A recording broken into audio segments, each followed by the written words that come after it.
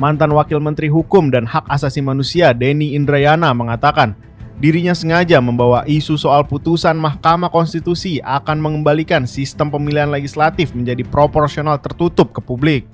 Denny mengaku langkah tersebut dilakukannya dalam rangka upaya advokasi mengawal agar lembaga negara pengawal konstitusi tersebut tetap berada di jalurnya.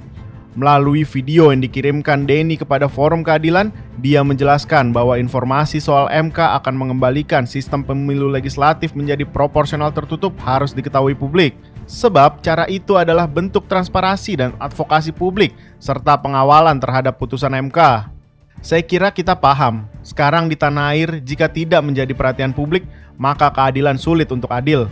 No viral, no justice, kata Denny di Portalington, Melbourne, Australia, Senin 29 Mei 2023.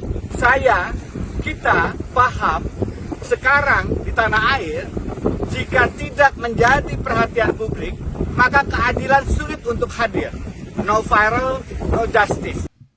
Dengan pertimbangan itu, menurut Denny, maka dirinya merasa perlu melakukan langkah-langkah pengawalan dengan mengungkapkan hal itu ke media sosial agar menjadi perhatian publik. Hal itu karena jika MK memutuskan kembali ke sistem proporsional tertutup, artinya MK melanggar prinsip dasar open legal policy.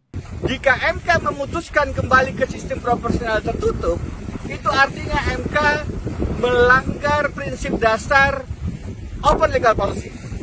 Soal pemilihan sistem pemilu proporsional tertutup atau terbuka, itu adalah kewenangan dari pembuat undang-undang, Presiden, DPR, dan DPD, bukan MK. Soal sistem pemilu proporsional tertutup atau terbuka itu adalah kewenangan dari pembuat undang-undang yaitu Presiden, DPR, dan DPD, bukan MK, jelas Denny. Kemudian lanjut Denny, jika MK kembali memutuskan sistem proporsional tertutup, maka ini akan mengganggu proses pileg yang sudah berjalan. Apabila di tengah jalan berubah sistem, maka akan mengganggu parpol karena harus menyusun ulang dan tidak menutup kemungkinan para caleg mundur karena mereka tidak ada di nomor jadi. Nomor jenggot yang mengakar ke atas, bukan nomor di bawah di akar rumput, terangnya. Maka kita perlu lakukan langkah advokasi, melakukan langkah pencegahan preventif, preemptif, karena saya khawatir MK punya kecenderungan sekarang dijadikan alat untuk strategi pemenangan pemilu, ungkap Denny.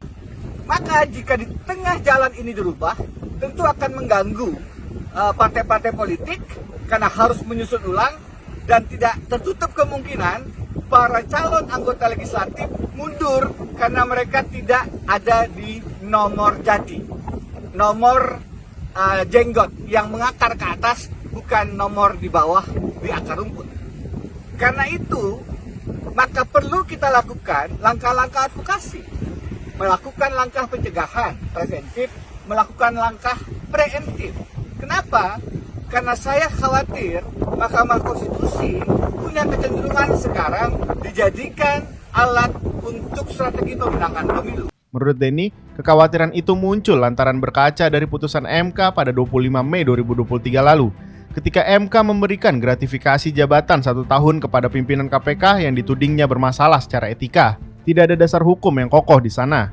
Pada saat dikatakan supaya independensi KPK makin kuat supaya tidak dipilih oleh Presiden dan DPR yang sama, maka sebenarnya diundur ke 2024 sekalipun, di bulan Juni yang akan membentuk pansel adalah tetap Presiden Jokowi. Yang akan melakukan fit and proper test juga DPR yang sekarang, tutur Denny. Tidak ada dasar hukum yang kokoh di sana.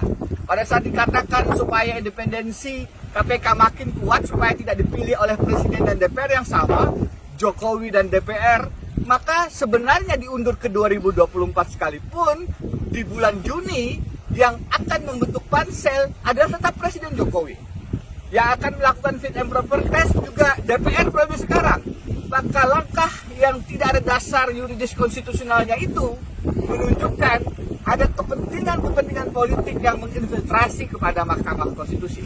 Karena itu kita harus membantu menyelamatkan MK dengan mengingatkan jangan masuk ke wilayah sistem pemilu yang merupakan open legal policy, yang merupakan kewenangan Presiden, DPR, dan DPD. Langkah-langkah yang tidak ada dasar yuridis konstitusional itu menunjukkan ada kepentingan-kepentingan politik yang menginfiltrasi kepada MK. Karena itu, kita harus membantu menyelamatkan MK dengan mengingatkan jangan masuk ke wilayah sistem pemilu yang merupakan kewenangan Presiden, DPR, dan DPD. Lanjut. Maka langkah yang tidak ada dasar yuridis konstitusionalnya itu menunjukkan ada kepentingan politik yang menginfiltrasi kepada Mahkamah Konstitusi. Karena itu, kita harus membantu menyelamatkan MK dengan mengingatkan jangan masuk ke wilayah sistem pemilu yang merupakan open legal policy yang merupakan kewenangan Presiden, DPR, dan DPD. Kemudian Denny juga menyampaikan setelah KPK dijadikan alat merangkul koalisi dan memukul oposisi, maka kata Denny, jangan sampai MK pun dijadikan alat melalui kasusnya peninjauan kembali atau PK Muldoko. Tidak ada dasar sama sekali bagi Kepala Staf Kepresidenan Muldoko, orang istana, melakukan langkah-langkah pencopetan Partai Demokrat, katanya. Kita ingat bagaimana Ibu Megawati PDI di zaman Orde Baru. Diambil alih oleh PDI Sujadi meskipun melahirkan PDI Perjuangan. Jangan sampai rezim ini tidak belajar dari sejarah. Jangan sampai kedaulatan partai diganggu pencopetan yang sayangnya ada di lingkaran kekuasaan istana, imbuhnya. Tidak ada dasar sama sekali bagi KSP, Kepala Staf Presiden Muldoko, orang istana, staf Presiden Jokowi melakukan langkah-langkah bahasa Romi pencopetan Partai Demokrat. Kita ingat bagaimana Ibu Megawati dikuyok-kuyok di zaman Orde Baru, Megawati PDI diambil alih hampir oleh PDI Suryadi meskipun melahirkan PDI Perjuangan. Jangan sampai rezim ini tidak belajar pada sejarah. Jangan sampai kedaulatan partai diganggu-ganggu oleh pencopet yang sayangnya ada di lingkaran kekuasaan istana. Untuk itu, Denny mengajak masyarakat untuk bersama-sama mengawal putusan MK, agar MK tidak keluar dari marwahnya, menjadi MK yang putusan-putusannya sebagai strategi pemenangan pemilu legislatif. Mari kita kawal PK Muldoko agar tidak kemudian menjadi alat untuk merebut, mencopet Partai Demokrat oleh kekuasaan Kepala Staf Presiden Muldoko di Istana Presiden Jokowi yang menyebabkan Partai Demokrat beralih dukungannya dari bakal calon presiden yang bukan preferensi istana, pungkas Denny. Mari sama-sama kita kawal putusan MK agar tidak keluar MK-nya menjadi putusan-putusan strategi pemenangan pemilihan umum legislatif.